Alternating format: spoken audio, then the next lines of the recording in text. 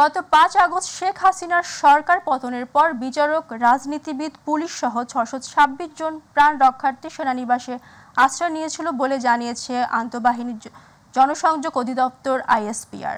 আজ এক বিজ্ঞপ্তিতে তথ্য জানানো হয়। বিজ্ঞপ্তিতে বলা হয়, প্রাণহানির সংখ্যায় ৫ জন বিচারক, ২৪ জন রাজনীতিবিদ, ২৮ জন পুলিশের কর্মকর্তা, ৪৮৭ জন পুলিশ সদস্য, ১৯ জন বেসামরিক প্রশাসনের কর্মকর্তা ও বিভিন্ন পাবলিক বিশ্ববিদ্যালয়ের কর্মকর্তা সহ ১২ জন ও তাদের পরিবারের ৫১ জনকে বিভিন্ন সেনানিবাসে আশ্রয় দেন। পরিস্থিতির উন্নতি হওয়ায় ৬১৫ জন নিজ উদ্যোগে সেনানিবাস থেকে চলে যায়। এখন পর্যন্ত ৪ জনকে অভিযোগ বা মামলার ভিত্তিতে আইনশৃঙ্খলা বাহিনীর কাছে হস্তান্তর করা হয়েছে।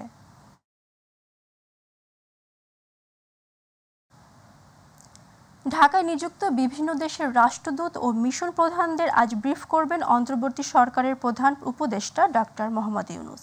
শেখ হাসিনা সরকারের পতনের পর অন্তর্বর্তীকালীন সরকার গঠন ও সমসাময়িক বিভিন্ন বিষয় নিয়ে এটি কূটনীতিকদের সঙ্গে তার প্রথম বৈঠক। বৈঠকে উপস্থিত আছেন রাশিয়া, চীন, জাপান সহ প্রায় ৭৬ দেশের কূটনৈতিক। ঢাকার একটি ৫ তারকা হোটেলে বৈঠক হবে। পরে প্রধান উপদেষ্টার প্রেস সচিব হোটেলের ক্রিস্টাল বলরুমে গণমাধ্যমকে ব্রিফ করবেন। গত ৮ আগস্ট ডক্টর ইউনূসের নেতৃত্বে অন্তর্বর্তীকালীন সরকার গঠন করা হয়। তাতে উপদেষ্টা রয়েছে ২১ জন।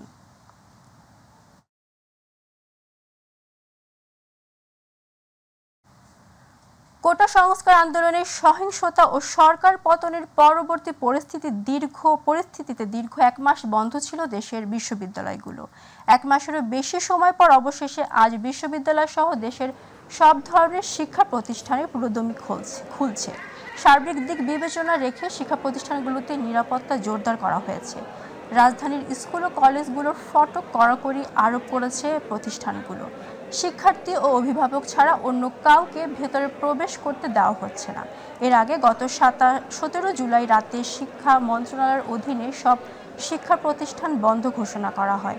ওই রাতে দেশের সব সরকারি বেসরকারি বিশ্ববিদ্যালয় বন্ধ ঘোষণা করে ইউজিসি।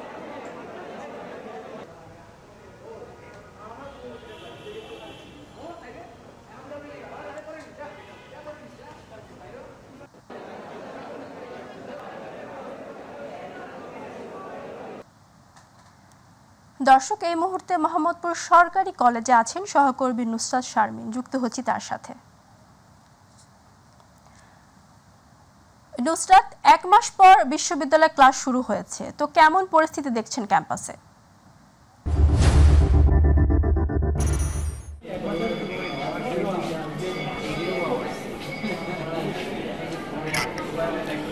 মার্জানা, আপনাকে ধন্যবাদ। আপনি জানেন আমি কিন্তু এই মুহূর্তে রয়েছি মোহাম্মদপুর সরকারি কলেজের সামনে। সরকারি কলেজের ভেতরে আমরা রয়েছি। আমরা যদি আপনাদেরকে ভেতরের চিত্রটি দেখাই, আজ থেকে কিন্তু স্বতঃস্ফূর্তভাবে শিক্ষার্থীরা অংশগ্রহণ করছেন তাদের শিক্ষা প্রতিষ্ঠানে এবং পুরো দমে কিন্তু পাঠ্যক্রম এবং পাঠদান শুরু হয়েছে। আমরা সকাল থেকে কিন্তু ঘুরেছি বিভিন্ন শিক্ষা প্রতিষ্ঠানে। সেখানে আমরা যেটি দেখেছি, সবাই কিন্তু প্রায় আপনার ৬০ থেকে ৮০% শিক্ষার্থী এখন পর্যন্ত কিন্তু শিক্ষা প্রতিষ্ঠানে এসেছে এবং তারা সকলে চায় পুরনো সেই রেশ সহিংসতার জের কাটিয়ে তারা আবারও নতুনভাবে ফিরতে চায় শিক্ষা প্রতিষ্ঠানে। অনেক সহপাঠী তাদের আছে যারা এখনো ইনজোর্ড আছেন, যারা এখনো বিভিন্ন হাসপাতালে ভর্তি আছেন, তারা তাদের প্রতি সমবেদনা জানিয়েছেন এবং তারা বলেছেন তারা যেই নতুন বিজয় অর্জন করেছে সেই বিজয় ধরে রাখতে শিক্ষা প্রতিষ্ঠানে শিক্ষার্থীদের স্বতঃস্ফূর্ত অংশগ্রহণ খুবই জরুরি। প্রতিটি শিক্ষার্থীর সঙ্গে আমরা কথা বলেছি। শিক্ষার্থীরা কিন্তু আমাদেরকে বলেছেন যে তারা তাদের যে পুরনো যে ক্ষতি আছে, ১ মাসের বিশাল একটি ক্ষতি রয়েছে, সেই ক্ষতিটি পুষিয়ে নিতে যতটুকু তাদের মনোনিবেশ করা দরকার তারা কিন্তু ততটুকু মনোনিবেশ করবেন। সেই সাথে আপনাকে আরও একটি ব্যাপার জানিয়ে রাখি, আমরা কথা বলেছি শিক্ষকদের সঙ্গে এবং অধ্যক্ষদের সঙ্গে। তারা কিন্তু আমাদেরকে জানিয়েছেন যতটুকু প্রয়োজন, এক্সট্রা ক্লাস প্রয়োজন হলে তারা এক্সট্রা ক্লাস নেবেন এবং শিক্ষার্থীদের সঙ্গে কথা বলে যারা ইনজোর্ড আছেন তাদের খোঁজ খবর নেবেন। সেই সাথে যারা এখন পর্যন্ত শিক্ষা প্রতিষ্ঠানে স্বতঃস্ফূর্তভাবে অংশগ্রহণ করার পরও বিভিন্ন ধরনের বিভিন্ন দুর্বৃত্তপনার সঙ্গে যুক্ত আছে বা যুক্ত ছিল, যারা শিক্ষার্থীদের ক্ষতির কারণ হয়েছে, তাদের কিন্তু শিক্ষা প্রতিষ্ঠানের নিজ উদ্যোগে কিন্তু তাদের চিহ্নিত করা হবে বলেও জানিয়েছেন এবং সেই সাথে শিক্ষার্থীদের আকুল আবেদন জানিয়েছেন তারা যেন প্রতিটি শিক্ষা কেন্দ্রে, শুধু মোহাম্মদপুর সরকারি কলেজ নয়, প্রতিটি শিক্ষা কেন্দ্রে যেন শিক্ষার্থীরা স্বতঃস্ফূর্ত অংশগ্রহণ করেন, এমন প্রত্যাশা কিন্তু তাদের, এমন দাবি তাদের। এবং শিক্ষার্থীরা কিন্তু আমাদেরকে জানিয়েছেন তারা আর কালক্ষেপণ করবেন না এবং তারা প্রতিটি শিক্ষা প্রতিষ্ঠানে তাদের যে পুরনো একটি ক্ষতি হয়ে গেছেন, একটা লম্বা শিক্ষা গ্যাপ হয়ে গেছে, সেই গ্যাপ পুষিয়ে নিতে তাদের যতটুকু কার্যক্রম সম্ভব, যতটুকু কার্যক্রম প্রয়োজন তারা কিন্তু সেটি নেবেন। আমরা যদি ভেতরের চিত্রটি আরও একটু দেখাই, সেখানে দেখবেন শিক্ষার্থীদের কিন্তু এখনও সরব উপস্থিতি রয়েছে। এমন চিত্র কিন্তু আমাদের প্রতিটি শিক্ষা প্রতিষ্ঠানে আজকে রয়েছে। শুধু শিক্ষা প্রতিষ্ঠান নয়, বিশ্ববিদ্যালয়গুলোতেও কিন্তু আমরা দেখেছি শিক্ষার্থীরা স্বতঃস্ফূর্তভাবে অংশগ্রহণ করছে, এবং যারা আছেন তারা বলেছেন, এবং তাদের যে সহপাঠী আছেন সহপাঠীরাও খুব দ্রুত জয়েন করবেন এবং শতভাগ শিক্ষার্থী উপস্থিতি কিন্তু তারা নিশ্চিত করবেন বলে আমাদেরকে জানিয়েছেন। তো মার্জানা, এই ছিল আমার কাছে মোহাম্মদপুর সরকারি কলেজ থেকে সর্বশেষ আপডেট শিক্ষা প্রতিষ্ঠান নিয়ে। ফিরছি। নুসরাত, আপনাকে ধন্যবাদ। দর্শক, এই মুহূর্তে খুলনা থেকে স্কুল কলেজে ক্লাস শুরুর খবর জানাচ্ছেন প্রতিনিধি শিশির রঞ্জন মল্লিক। সারা বাংলাদেশের ন্যায় খুলনাতেও কিন্তু সকল শিক্ষার যে প্রতিষ্ঠানগুলো সেগুলো কিন্তু খুলে দিয়েছে। আমরা সকাল থেকে দেখতে পাচ্ছি বিভিন্ন যে শিক্ষা প্রতিষ্ঠান, সেই শিক্ষা প্রতিষ্ঠানের কিন্তু সকল যে শিক্ষা প্রতিষ্ঠান, কয়েকটি শিক্ষা প্রতিষ্ঠানে আমরা গিয়েছি।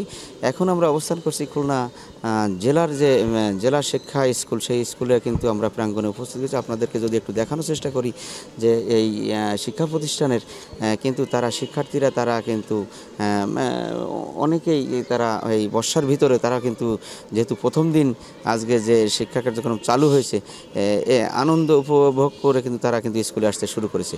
দীর্ঘ 1 মাস কিন্তু শিক্ষার্থীরা তারা শিক্ষা থেকে বিরত ছিল, তারা কিন্তু স্কুলে আসেনি। এখন কিন্তু তারা আস্তে আস্তে স্কুলের দিকে অগ্রসর হতে শুরু করেছে আর কি। যে আরও যদি আপনাদেরকে একটু জানি যে আমরা অনেক স্কুলের শিক্ষার্থীদের সাথেও কিন্তু কথা বলেছি, তারা কিন্তু বলেছে যে আমরা দীর্ঘ 1 মাস পরে আসছে কি যে আমরা বিদ্যালয়ে এসে আমাদের কিন্তু খুবই ভালো লাগতেছে আর কি। যে পাশাপাশি আমি সরাসরি এখানে কিছু শিক্ষার্থীরা আছে, তাদেরকে কাছে যদি একটু জানতে চাই তারা দেখি কেমন কথা বলে, এটাও আপনাদেরকে একটু দেখাচ্ছি। আমরা এই যে স্কুলে আসছো দীর্ঘদিন পরে, কেমন লাগতেছে? হ্যাঁ, ভালো। তাই? বর্ষার ভিতরেও তোমাদের কি স্কুলে আসতে ভালো লাগলো? হ্যাঁ, অনেকদিন আসি না। হ্যাঁ, অনেকদিন আসো না, এই জন্য আর কি। বাচ্চা এখানে পড়ে? বাচ্চা নাতি পড়ে। হ্যাঁ, নাতি পড়ে। তা দীর্ঘদিন পরে, প্রায় 1 মাস বন্ধ থাকার পরে যে স্কুলে আজকে যে আপনার নাতিকে নিয়ে আসছেন, আসলে কেমন লাগছে? যে সে কি আনন্দ? আজকে ভালো লাগতেছে। ওরা এতদিন আটকা ছিল, এখন স্কুল খোলা দেখে ওরা খুব আনন্দ করে বর্ষা উপভোগ করেও যে বর্ষা স্কুল। দীর্ঘদিন ওরা তো বন্ধু বান্ধবের সাথে মেলামেশা করতে পারে না, এখন তারা একত্রে হবে, ওরা একটু মানে আনন্দ নিয়ে আজকে স্কুলে আসছে। আর স্কুল যাতে ঠিক মতো থাকে এই জন্যে, ওরাও পড়াশোনা মাঝে একটু ব্রেকডাউন হয়েছে, তো এটা পুষিয়ে নেওয়ার জন্য আমরাও যারা অভিভাবক আছি বাড়িতে ওদের তদারকি করে, শিক্ষক আছে, এইভাবে। হ্যাঁ, আসলে খুলনায় সকল শিক্ষা প্রতিষ্ঠানে কিন্তু একযোগে কিন্তু সকল শিক্ষার্থীদের উচ্চ পড়া ভিড় যেটা বলতে পারি আমরা আর কি। বর্ষার ভিতরেও তারা কিন্তু গার্জেনদের সহকারে বা নিজেরা স্ব-উদ্যোগে তারা কিন্তু শিক্ষা প্রতিষ্ঠানে তারা আসতে শুরু করেছে। তা খুলনা থেকে সকল শিক্ষা প্রতিষ্ঠান চালু হওয়ার এই ছিল আমার কাছে সর্বশেষ তথ্য। দর্শক, এই মুহূর্তে বরিশাল থেকে যুক্ত হচ্ছেন সহকর্মী পারভেজ রাসেল।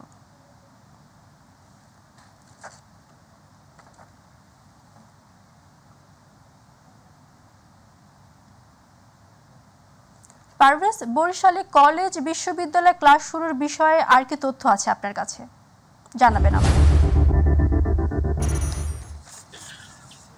মর্জানা, যেমনটা বলতে চেয়েছেন আপনি, আসলে জানেন যে গোটা দেশের সাথে একযোগে কিন্তু বিভাগীয় শহর বরিশালের সকল ইউনিভার্সিটি, কলেজ এবং প্রাথমিক মাধ্যমিক শিক্ষা প্রতিষ্ঠানগুলো কিন্তু সকাল 9টা থেকেই শুরু হয়েছে এবং টানা দুপুর 2টো পর্যন্ত তাদের ক্লাস কার্যক্রমগুলো চলবে। আমি এই মুহূর্তে রয়েছি বরিশাল নগরীর প্রাণকেন্দ্র বরিশাল সরকারি মহিলা কলেজ চত্বরে রয়েছে। এখানে আসলে যারা শিক্ষার্থী রয়েছেন ইন্টার ফার্স্ট ইয়ার থেকে অনার্স লেভেলের ডিগ্রি এবং স্নাতক যারা করবেন, তারা সেসব শিক্ষার্থী সকাল থেকেই তাদের যেসব ব্যবস্থাপনা রয়েছে, বইপত্র রয়েছে, সেগুলো নিয়ে তারা কিন্তু ক্লাসে চলে এসেছেন এবং অভিভাবকরাও তারা আজ প্রথম দিন বলেই কিন্তু তারাও সেসব শিক্ষার্থীদের সাথে এসেছেন এবং প্রত্যেকটা শিক্ষার্থীর মধ্যেই আনন্দ উল্লাস রয়েছে যে দীর্ঘদিন ছাত্র আন্দোলনের পরে আসলে ক্লাস শুরু হচ্ছে। এতে তারা অনেকটা উৎসাহ উদ্দীপনার সাথে ক্লাস করছেন। তারা জানেন যে গত 17 জুলাই বন্ধ হয়ে যায় ছাত্র জনতার আন্দোলনের মুখে সকল শিক্ষা প্রতিষ্ঠান। তারপর গত বৃহস্পতিবার শিক্ষা মন্ত্রণালয়ের একটি প্রজ্ঞাপনের পরে কিন্তু জারি হয় যে আসলে শিক্ষা আজকে থেকে ক্লাস শুরু হবে। একজন শিক্ষার্থী রয়েছে, একটু কথা বলতে চাই আপনার সাথে। আজ তো ক্লাস শুরু হলো, কেমন অনুভূতি হচ্ছে? ক্লাস করছেন কিনা বা কোনো সমস্যা আছে কিনা বা সকল শিক্ষকরা আপনাদের সাথে উপস্থিত হচ্ছে কিনা? হ্যাঁ, অনেক ভালো লাগছে। অনেকদিন পর ক্লাসে আসছি। আপনি কি বলবেন, ক্লাস করতে আসছেন কিনা, কেমন লাগছে? হ্যাঁ, অনেক ভালো লাগছে। অনেকদিন স্কুল কলেজ বন্ধ ছিল, হঠাৎ খুলছে, সবার সাথে সাক্ষাৎ, নতুন কলেজে এসেছি, নতুন নতুন ফ্রেন্ড হয়েছে, তারপর ক্লাস চলতেছে, অনেক আনন্দদায়ক। ক্লাস 9টায় শুরু হয়েছে, 2টায় শেষ। ধন্যবাদ। যেমনটা বলছিলেন এই শিক্ষার্থী, এর পাশাপাশি একটু তথ্য দিয়ে রাখছি যে আসলে এই শিক্ষার্থীদের মধ্যেই এই শিক্ষার পরিবেশ আবার ফিরে আসুক এবং শিক্ষার্থীরা বলছে যে দীর্ঘ আন্দোলনের পরে যখন আবার একটি স্বাধীন বাংলাদেশ ফিরে পেয়েছে, তাদের শক্ত হাতেই তাদের মেধা মননের মধ্য দিয়ে এই বাংলাদেশটা আবার এগিয়ে যাবে। তারা চাচ্ছে শিক্ষার যে পরিবেশ সকলের জন্য শিক্ষা হোক আসলে উপকারের, আগামীর একটি টেকসই বাংলাদেশ এবং সুন্দর দেশ যাতে তারা গড়তে পারে। তো আপাতত এই রয়েছে বরিশাল থেকে আমার কাছে শিক্ষা প্রতিষ্ঠান খোলার যতটুকু তথ্য ছিল। ফারজান। পারভেজ, আপনাকে ধন্যবাদ। সুপ্রিম কোর্টের হাইকোর্ট বিভাগে 51টি একক ও দ্বৈত বেঞ্চে বিচার কাজ আজ থেকে শুরু হচ্ছে। এর মধ্যে 24টি দ্বৈত ও 27টি একক বেঞ্চ রয়েছে। গত বৃহস্পতিবার প্রধান বিচারপতির নির্দেশিত 51 বেঞ্চ গঠন সংক্রান্ত বিজ্ঞপ্তি দেয় সুপ্রিম কোর্ট প্রশাসন। প্রধান বিচারপতি হিসাবে সৈয়দ রিফাত আহমেদ শপথ নেওয়ার পরদিন 12 আগস্ট থেকে 8টি বেঞ্চে বিচার কাজ শুরু হয়। পরদিন আরও একটি বেঞ্চ বাড়িয়ে 9টি বেঞ্চ গঠন করেন প্রধান বিচারপতি। এরপর বৃহস্পতিবার 51টি বেঞ্চ গঠন করেন তিনি। সপ্তাহে 3 দিন বসবে চেম্বার আদালত। আপিল বিভাগের বিচারপতি মোহাম্মদ আশফাকুল ইসলাম সপ্তাহে প্রতি রবি, সোম ও বুধবার দুপুর 2:15 থেকে উপস্থিত থেকে আপিল বিভাগের চেম্বার কোর্টে শুনানি গ্রহণ করবেন।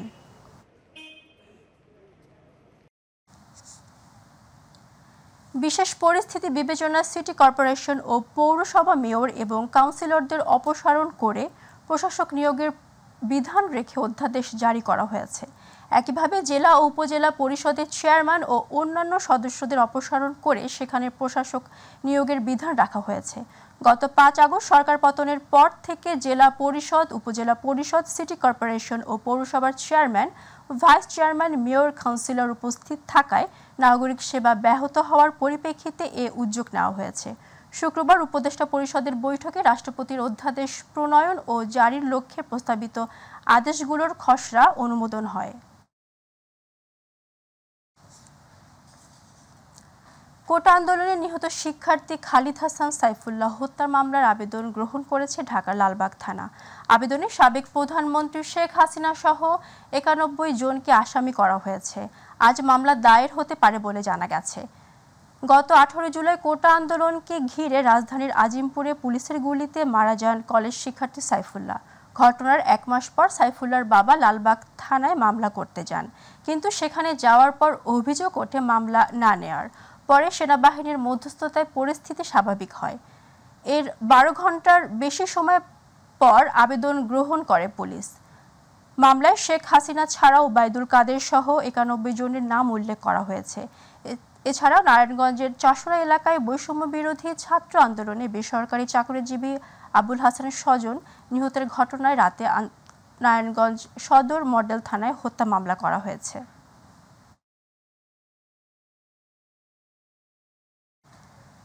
সাগররণী হত্যাকাণ্ডের সুষ্ঠু বিচার হবে জানিয়ে তথ্য ও সম্প্রচার উপদেষ্টা নাহিদ ইসলাম বলেছেন, বিষয়টি নিয়ে নতুন করে তদন্ত করতে হবে। এক্ষেত্রে সহায়তা করবে তথ্য ও সম্প্রচার মন্ত্রণালয়। সকালে সচিবালয়ে এক ব্রিফিংয়ে কথা বলেন তিনি। এ সময় স্বাধীন গণমাধ্যম কমিশনের প্রাথমিক পরিকল্পনা আছে বলেও জানান তথ্য উপদেষ্টা। তিনি বলেন, এর মাধ্যমে মুক্ত গণমাধ্যম নিশ্চিত করা হবে। গণমাধ্যম দলীয়করণ করা যাবে না বলেও জানান তথ্য উপদেষ্টা। আমরা যদি গণতন্ত্র চাই, আমাদেরকে গণমাধ্যমের স্বাধীনতা, মানুষের বাক স্বাধীনতা নিশ্চিত করতে হবে। যে সাগররণী হত্যাকাণ্ড, এই হত্যাকাণ্ড খুবই বেদনাদায়ক, খুবই নির্মম। এবং আমরা জানি এই হত্যাকাণ্ডের বিচার নিয়ে কি পরিমাণ প্রহসন করা হয়েছে, যে বারবার তার প্রতিবেদনগুলা পিছানো হয়েছে। তো এই সাগররণী হত্যাকাণ্ড সহ এই ধরনের যে হত্যাকাণ্ডগুলো হয়েছে, সাংবাদিকদের উপর নিপীড়ন হয়েছে, এই বিষয়গুলোর তদন্ত করতে হবে এবং সরকারের জায়গা থেকে যা ভূমিকা বা মন্ত্রণালয়ের জায়গা থেকে সেই ভূমিকাগুলো আমরা অবশ্যই পালন করব। দেশের রাজনীতিতে বিএনপি ও আওয়ামী লীগের দ্বৈত প্রাধান্য কমিয়ে আনার পাশাপাশি বিভিন্ন সেক্টরের পূর্ণ সংস্কার করতে রাজনৈতিক দল গঠনের চিন্তা করছেন বৈষম্য বিরোধী ছাত্র আন্দোলনের সমন্বয়করা। দেশের জনগণের অধিকার অক্ষুণ্ণ রাখতে জনগণ চাইলে জাতীয় রাজনীতির অংশ হতে চান তারা। মাই টিভিকে দেওয়া এক সাক্ষাৎকারে এসব কথা জানান বৈষম্য বিরোধী ছাত্র আন্দোলনের অন্যতম সমন্বয়ক সার্জিস আলম। আমিনা হিরার রিপোর্ট।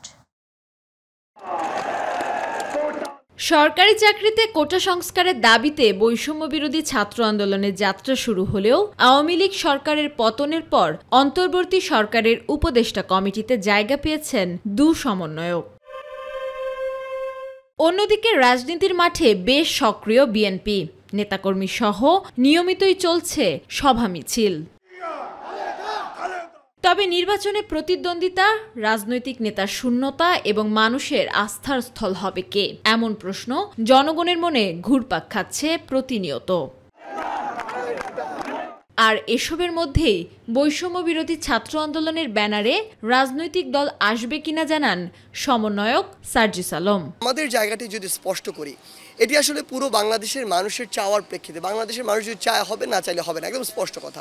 আমরা যে বলছি যে জনগণ চাইলে আমরা নতুন একটি রাজনৈতিক দল গঠন করব, এটা কিন্তু ক্যাম্পাস পর্যায়ের না, শিক্ষা প্রতিষ্ঠান পর্যায়ের না, বিশ্ববিদ্যালয় পর্যায়ের না।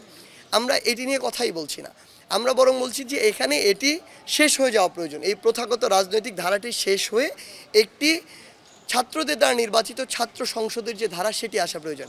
সার্জিস বলেন, দেশের মানুষের আস্থা আর সমর্থন পেলেই ছাত্র রাজনীতি নয়, বরং জাতীয় রাজনৈতিক দল গঠন করবেন তারা। আমরা যে রাজনৈতিক ধারাটির কথা বলতে চাচ্ছি, এটি জাতীয় পর্যায়ে। আমরা মনে করি দেশের পলিসি মেকগুলো হয়ে থাকে ওই সংসদ থেকে, পলিসি মেকারদের মাধ্যমে, জনপ্রতিনিধিদের মাধ্যমে। সেই জায়গায় তরুণ সমাজের ওই প্রতিনিধিদের থাকা প্রয়োজন, যারা জনগণ নিয়ে কথা বলবে। এই যে গণ অভ্যুত্থানে তরুণ প্রজন্মের নেতৃত্বের মধ্য দিয়ে বাংলাদেশের মানুষের অংশগ্রহণের মধ্যে এটি হয়েছে, আমাদের ওই আত্মবিশ্বাসটি এসেছে যে বাংলাদেশ গঠনে আমরা সামনে থাকতে পারবো, সামনে সারিতে থেকে নেতৃত্ব দিতে পারবো। বড় দুই রাজনৈতিক দলের প্রতি জনগণের তীব্র ক্ষোভ, তাই দল গঠনের উদ্দেশ্য ও লক্ষ্য হবে দেশের মানুষকে স্বস্তি দেয়া, জানান সার্জিস। বাংলাদেশের মানুষ আসলে এই যে দুই দল বা এর বেশি দলের এই যে অবস্থান, অসংখ্য ঘটনা হয়েছে 53 বছরে, কিন্তু তাদের যে কালচারগুলো, এগুলোর পরিবর্তন হয়নি। আসলে মানুষ চায় নতুন কিছু আসুক। সেই জায়গা থেকে আমরা বিশ্বাস করি যে তরুণ সমাজের, বাংলাদেশের মানুষের চাওয়ার প্রেক্ষিতে তরুণ সমাজের নেতৃত্বে বাংলাদেশে নতুন একটি রাজনৈতিক আসলে একটি আলাপ আসা প্রয়োজন, নতুন রাজনৈতিক একটি টাইপ ধরন আসা প্রয়োজন, যারা মানুষের জন্য কথা বলবে, মানুষের জন্য কাজ করবে। এখনো পরিকল্পনা হয়নি দল গঠন নিয়ে, তবে জনগণ না চাইলে জাতীয় রাজনীতিতে দল গঠন করতে চান না বৈষম্য বিরোধী ছাত্র আন্দোলনের সমন্বয়করা। স্পষ্ট করে আমরা বারবার বলেছি। আমিনা হিরা, মাই টিভি, ঢাকা।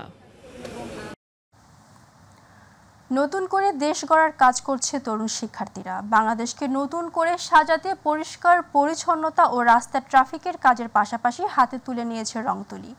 এলোমেলো অগোছালো দেয়াল তারুণ্যের রঙে রাঙিয়ে তুলেছে মানিকগঞ্জের শিবালয় উপজেলার শিক্ষার্থীরা। শিবালয়ের প্রতিনিধি লিটন আহমেদের রিপোর্ট, জানাচ্ছেন ইলিয়াস কমল। গত 5 আগস্ট দীর্ঘ স্বৈরশাসনের হাত থেকে মুক্তি পেয়েছে বাংলাদেশ। ছাত্র জনতার গণ অভ্যুত্থানের পর দেশ গড়ার দায়িত্ব হাতে নিয়েছে তরুণ শিক্ষার্থীরা। তারই ধারাবাহিকতায় জুলাই আগস্টের আন্দোলনে শহীদদের স্মরণে দেয়াল আঁকছেন গ্রাফিতি, রাঙিয়ে তুলছেন শহরের এলোমেলো ও অগোছালো দেয়াল। যারা যারা নিপীড়নের শিকার হয়েছে বৈষম্য বিরোধী আন্দোলনে, সেটা আমরা তুলে ধরতে চাইতেছি বিভিন্ন আলপনা, দেয়ালিকার মাধ্যমে। দেয়ালে রং তুলিতে দেশকে নতুনভাবে সাজাতে চাচ্ছি এবং রাস্তাঘাট পরিষ্কারের কাজেও আমরা কাজ করছি। মানে আমাদের কনসেপ্টটা এটাই যে আমরা একটা অসাম্প্রদায়িক বাংলাদেশ, এজন্য আমরা লিখছি সেকুলার বাংলাদেশ, অর্থাৎ ধর্মনিরপেক্ষ বাংলাদেশ। বৈষম্য বিরোধী আন্দোলনে যারা শহীদ হয়েছে, বিভিন্ন নির্যাতনের শিকার হয়েছে, তাদের স্মৃতিগুলো স্মরণ করে রাখার জন্য প্রশাসন এবং সরকারকে একটি বার্তা দেওয়ার চেষ্টা করছি, যেটা হচ্ছে মনে সদিচ্ছা থাকলে আসলে সুন্দরভাবে বাংলাদেশকে গড়ে তোলা সম্ভব। এই কাজগুলো শুধু এখানে হচ্ছে না, আমাদের উপজেলায় বিভিন্ন শিক্ষা প্রতিষ্ঠান, সেখানে আমাদের কার্যক্রম চালু আছে, আমরা করছি।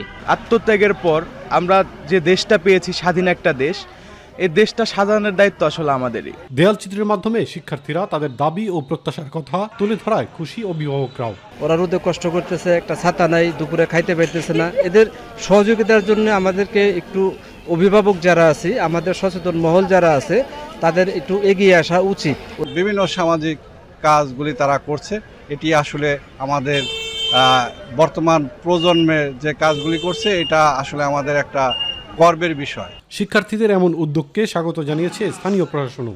আমরা শুরু থেকেই শিক্ষার্থীদের এই উদ্ভাবনী উদ্যোগকে আমরা সাধুবাদ জানিয়েছি এবং তাদেরকে বিভিন্নভাবে সহযোগিতা করে যাচ্ছি। শিক্ষার্থীরা স্বতঃস্ফূর্তভাবে যে আইন শৃঙ্খলা রক্ষাকারী বাহিনীকে সহায়তা করার জন্য যেভাবে কাজ করতেছে, সেটা নিঃসন্দেহে প্রশংসা। ধর্মনিরপেক্ষতা, আবু সাঈদের রক্তের বীরত্ব ও মুগ্ধদের মতো আত্মত্যাগের বিনিময়ে যে দেশ পেয়েছে, এখানে যেন আর রক্তক্ষরণ না হয়, এমন প্রত্যাশা শিক্ষার্থীদের। ইলিয়াস কমল, মাই টিভি। কোটা সংস্কার আন্দোলনে গুলিবিদ্ধ টাঙ্গাইলের ইমন মারা গেছেন। আজ ঢাকা মেডিকেলের আইসিইউতে চিকিৎসাধীন অবস্থায় তিনি মারা যান। নিহত ইমন মনিরুজ্জামান খান বিএম কলেজ থেকে 2023 সালে এইচএসসি পাস করেন। এরপর হেমনগর ডিগ্রি কলেজে ভর্তি হন। গত 4 আগস্ট বিকালে আন্দোলনকারীদের সাথে পুলিশের সংঘর্ষের সময় পেটে গুলিবিদ্ধ হন ইমন। গুরুতর আহত অবস্থায় তাকে প্রথমে স্থানীয় একটি হাসপাতালে এবং পরে মির্জাপুরের কুমুদিনী হাসপাতালে নেওয়া হয়। এরপর শারীরিক অবস্থার অবনতি হলে তাকে ঢাকা মেডিকেল কলেজ হাসপাতালে ভর্তি করা হয়। এরপর থেকে হাসপাতালের আইসিইউতে চিকিৎসাধীন ছিলেন তিনি। দর্শক, এ ছিল মাই টিভির সংবাদ। আমাদের পরবর্তী সংবাদ দেখার আমন্ত্রণ জানিয়ে শেষ করছি। আল্লাহ হাফেজ।